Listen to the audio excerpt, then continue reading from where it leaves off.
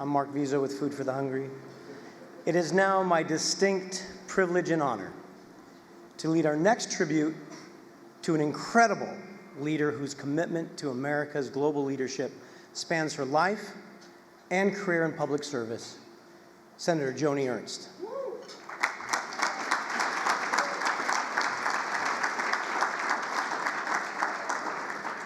In 2014, Senator Ernst became the first female combat veteran elected to the U.S. Senate. During her 23 years of military service, Senator Ernst saw firsthand how strategic and cost-effective investments in diplomacy and development, alongside a strong defense, protect America's national security.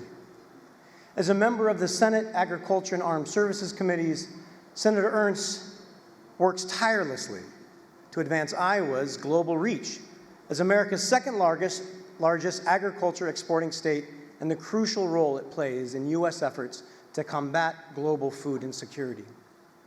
As she said at USGLC's Heartland Summit in Sioux City, Iowa this June, plain and simple, food security is national security.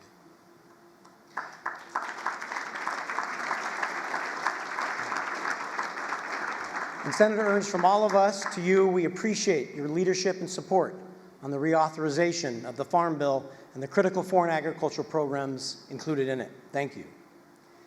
She's also been an advocate for American leadership in support of Ukraine, calling attention to the threat Russia's invasion poses to global food supplies and championing bipartisan efforts to expedite the delivery of critical food aid to Ukraine and other impacted countries.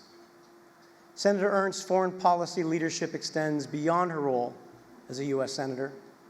As the honorary chair of the Bastion Institute, she has hosted nearly every Republican presidential candidate in Iowa, engaging them in discussions about America's role in the world and the importance of American leadership. Senator Ernst has traveled extensively overseas. As co-founder and current co-chair of the bipartisan Abraham Accords Caucus, she has taken an active role in advancing American interests and fostering diplomatic channels abroad. As Senator Ernst puts it, we cannot, as the United States of America, abdicate our role in the world. If we are not out there, others will be. And who are those others? China, Russia, Iran. We can't pull back because they are already filling in the gaps. Before we welcome Senator Ernst to the stage, let's take a look back at her achievements in the pursuit of building a better, safer world. For 2 decades, I've proudly worn our nation's uniform. Today, as a lieutenant colonel in the Iowa Army National Guard. While deployed overseas, I've seen just how dangerous these kinds of threats can be. We have other nations that feel under threat by Vladimir Putin. This is an authoritarian regime, and as we see those regimes expanding, we see democracies shrinking. Without staying strong on the world stage, we're folding if we don't engage in some manner. Now, all of it doesn't have to be by military might. There's a lot of diplomacy that goes behind this. There's so many tools in the toolbox. We also have to have partners such as USAID. We have to have the State Department. I call on this body to support the people of Ukraine, fighting for their lives right now. Over 80% of Americans want us to do more. They're not just feeling the impacts of the invasion at the gas pump, the grocery store. They feel it in their hearts. Food insecurity around the globe is even worse when it's exacerbated by a war. And we know that Ukraine is the breadbasket of Europe. It's a lot like we think of Iowa. As I'm visiting with a number of these presidential hopefuls, I am telling them that we cannot, as the United States of America, abdicate our role in the world. We can't step aside because we won't like that future. It is our opportunity to really recognize the importance of the United States and our engagements globally because we have such a great country. We must defend it. It is very important that we are that shining light.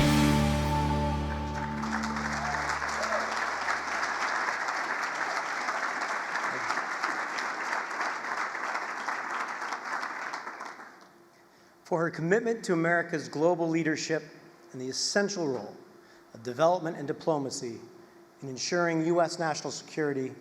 The U.S. Global Leadership Coalition takes great pride in paying tribute to Senator Joni Ernst.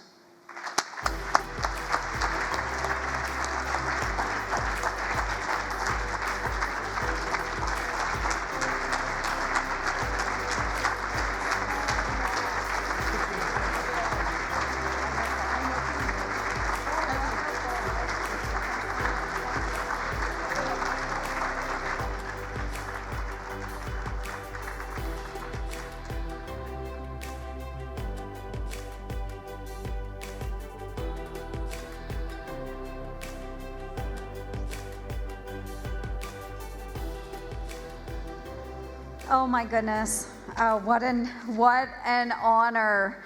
And Mark, thank you so much for that lovely introduction, and thank you to the U.S. Global Leadership Coalition for honoring me tonight. Liz, thank you very much for your friendship. I treasure that, truly. I also want to thank fellow recipients, Senator Cory Booker of New Jersey, who is a dear friend and partner. Thank you, Cory, so much. And I know the secretary had to leave, but I told him how gracious he is, especially when the heat rounds are headed his way. He does a magnificent job in working with all of us in the United States Senate to find solutions and paths forward. So congratulations to the secretary as well. So folks, as a combat veteran, I understand firsthand. Yes, thank you, sir, very much. Go Army, beat Navy. Okay, as a combat veteran, I understand firsthand the importance of American leadership and the consequence of its absence, which is why the work that USGLC does is absolutely essential to the United States of America. And in a time of increased threats from emboldened adversaries, the United States must engage around the world and lead by example. And that will require robust diplomatic engagement. The world is increasingly a dangerous place. We just heard from the secretary that it is so.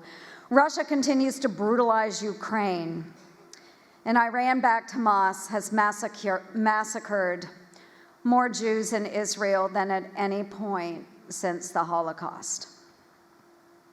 America's enemies are truly on the march, and for both of these conflicts, for me, folks, this is truly personal.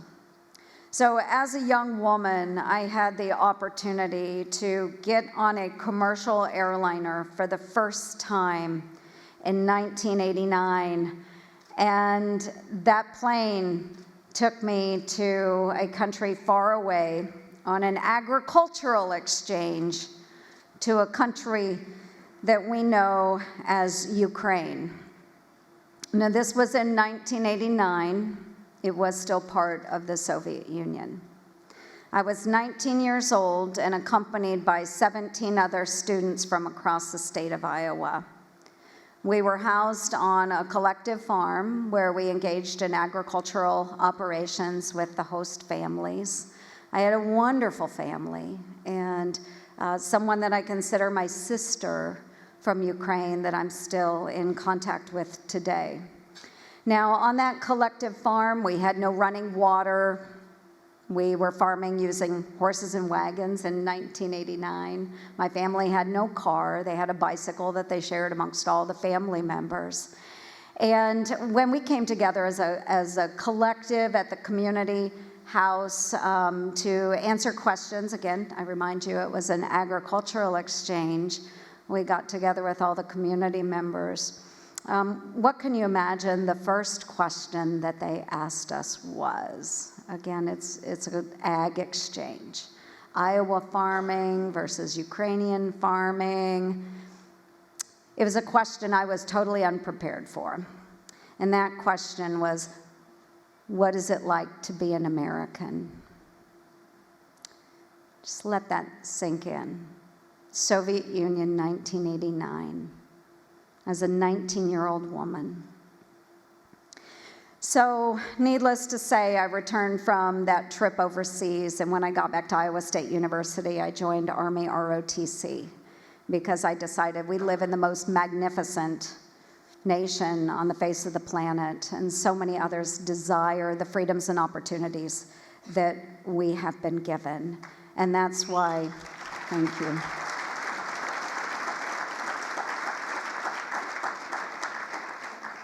And that's why Ukraine means so much to me. I've seen them fight so hard for so many decades now to become an independent nation, not to be run over by bloodthirsty Vladimir Putin and his thugs in Russia. So we must absolutely maintain our support for Ukraine and make sure that they see victory. So we're with Ukraine.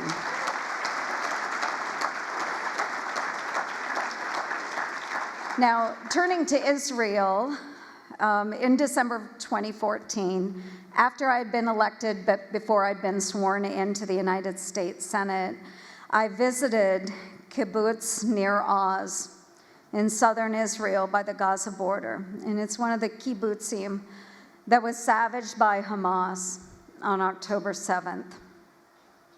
So I've been to Israel many times since then.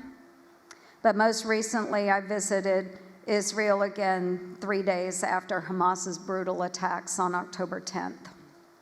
During my visit, we met with senior leaders, including Prime Minister Benjamin Netanyahu, and American and Israeli families impacted by the terrorism. And there was not a single dry eye in the room as we heard their stories. As Israel fights to destroy Hamas, we must not forget about the hostages. American,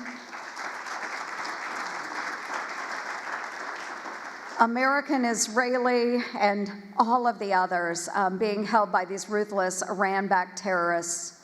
Democrats and Republicans alike agree that the president and his administration should be doing everything in their power to secure the hostages' safe release. So, God bless them. Friends, defeating Putin's Russia and Iran-backed Hamas are the only outcomes we should accept in these two conflicts. To make this a reality, the United States must return to being the arsenal of democracy, producing enough weapons to protect ourselves and our allies and partners. I do believe in deterrence. I would rather deter than go to war. But with that being said, I believe in Ronald Reagan's peace through strength, and we must be strong. So, as many of you know, my home state of Iowa plays a major role in ammunition, leading in production nationwide for the 155 shells that you will hear about being used in Ukraine. We are also a global leader in food production, which is essential to national security and stability. Countries that are food insecure are at risk of destabilization and terrorism, providing a vacuum for our enemies to create chaos. America cannot work alone to achieve global food security. The effort of nonprofits is absolutely critical. They are the ones on the ground delivering this life-saving aid. So to all of our NGOs and our nonprofits being represented here tonight, thank you for your tireless and life-saving efforts. I appreciate you.